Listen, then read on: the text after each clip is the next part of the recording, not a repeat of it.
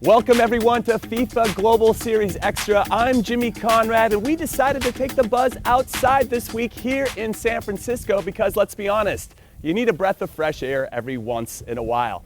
And first up, with another week done in E-Club World Cup qualification, let's take a look at how some of the biggest teams are doing starting in Europe, because the competition there is incredibly tough.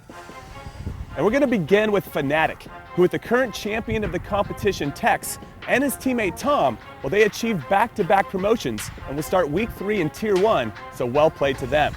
While Focus Clan with Sokol and Moaba have done the same after having topped Tier 2 in Week 2 of the qualifiers.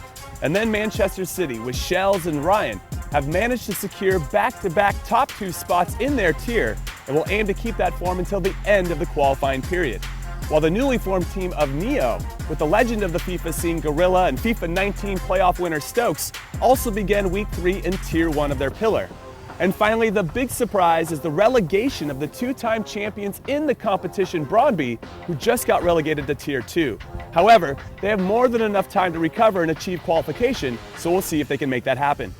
In fact, out of the 15 teams that got promoted from Tier 3 to Tier 2, an impressive 12 of them repeated the achievement and got promoted again. So I'm sure they'll be looking to continue that form the rest of the way. But that's enough from Europe. Let's take a look at what's happening around the rest of the world. In North America, Hashtag are currently sitting top of the group and seem favorites alongside Complexity to qualify. While in South America, there are 2 spots that are up for grabs as the top 3 teams, Gillette Infinity, FC Basel, and Club Brugge, are neck and neck after 3 weeks of qualifiers. And then in the Middle East and Africa region, the 2 clear favorites seem to be Future FC and Goliath Gaming, since they are sitting comfortably in the top 2 of the overall points rankings. And last but not least, in the Asia and Oceania region, the only team that seems to be standing out is Team Futwiz, who sit on top of the group with 50 points after 2 rounds, so it'll be interesting to see if anyone can catch them. And that was your lap around the world for where everyone stands for one of my favorite competitions in the FIFA scene. So I can't wait for when the E-Club World Cup goes down in early February. It should be super cool. And actually, speaking of super cool, last week the official Ukrainian E-League qualifier went down with the 8 best players from that country. And the winner of the competition was Phoenix from FC Alexandria, who took home a nice payday and 200 very valuable Global Series ranking points after coming back from the loser's bracket to get his revenge in the final on the player who beat him in the winner's bracket, Sanacek. And he did it by scoring a ton of goals, 27 in 6 games in fact, which made him the highest scoring player in the tournament, so congratulations again to him. But Ukraine was not the only country that ran their official league qualifier in the past week, as Denmark was also getting the party started for the 3rd season of the E-Superliga, and they did it in front of 3,000 people, which is incredible. Also, I like to think that most of those 3,000 people went home happy, as the club that was hosting the competition, AC Horsens, managed to pull off the shock upset in the final and beat the red-hot FC Copenhagen, who have been smashing it in recent months thanks to the form of their dynamic Danish duo, Jesper Pelm and Marcuso. So congratulations to AC Horsens for making history. But as 1 or 2 official league qualifiers end, another one begins. And now it's Spain's turn to determine the best Spanish FIFA player. This year, an impressive 32 clubs have confirmed their participation in the first ever Liga Santander, which is the official competition of the FIFA Global Series in Spain. And here are the details.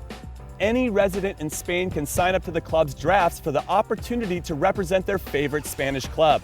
The competition will kick off in January with an online qualifying stage in which thousands of fans will compete to become part of a La Liga Santander or a La Liga Smart Bank club. The players will be competing for Global Series ranking points, of course, and a prize pool amounting to 100,000 euros. Last year's Spanish champion was Dux's Gravison, who defeated FEWC 2019 finalist Zidane in the final. But maybe this year the champion can be you. So just head over to their website elaliga.gg and register to be a part of the competition yourself. And finally, even though the season may have started a month ago, the transfer window in competitive FIFA never ends, especially for up-and-coming players who have performed well in these early majors. Like, for example, the Brazilian Paulo Neto, who after his stellar start to the season has just been picked up by Atlanta United as their EMLS player in 2020. Yes, after luckily qualifying for FUT Champions Cup Stage 2 last month in Bucharest, thanks to some help from fellow Brazilian Fafilza, whose performance in FUT Champions Cup Stage 1 made it possible for the 16-year-old to qualify for the second major of the season, Paulo Neto decided just being there wasn't enough. He needed to make a name for himself, and make a name he did, as he beat the current E-World Cup champion Mo Abba, not once, but twice. And not just by barely beating him, but by smashing him 6-2 and 7-1. And that second win was also the game that earned him the title of FIFA Master, which is given to the top 4 players on each console at a major event. And that guarantees him automatic qualification to FUT Champions Cup Stage 3 in January. So it looks like Atlanta United made a wise choice to pick a player in peak form to represent their club. So hopefully a successful run will continue. So that is it. That is all the recent news from around the world in competitive FIFA on a little segment we like to call The Buzz, on a little show we like to call FIFA Global Series Extra. But thank you for watching, and we'll see you next week. Later.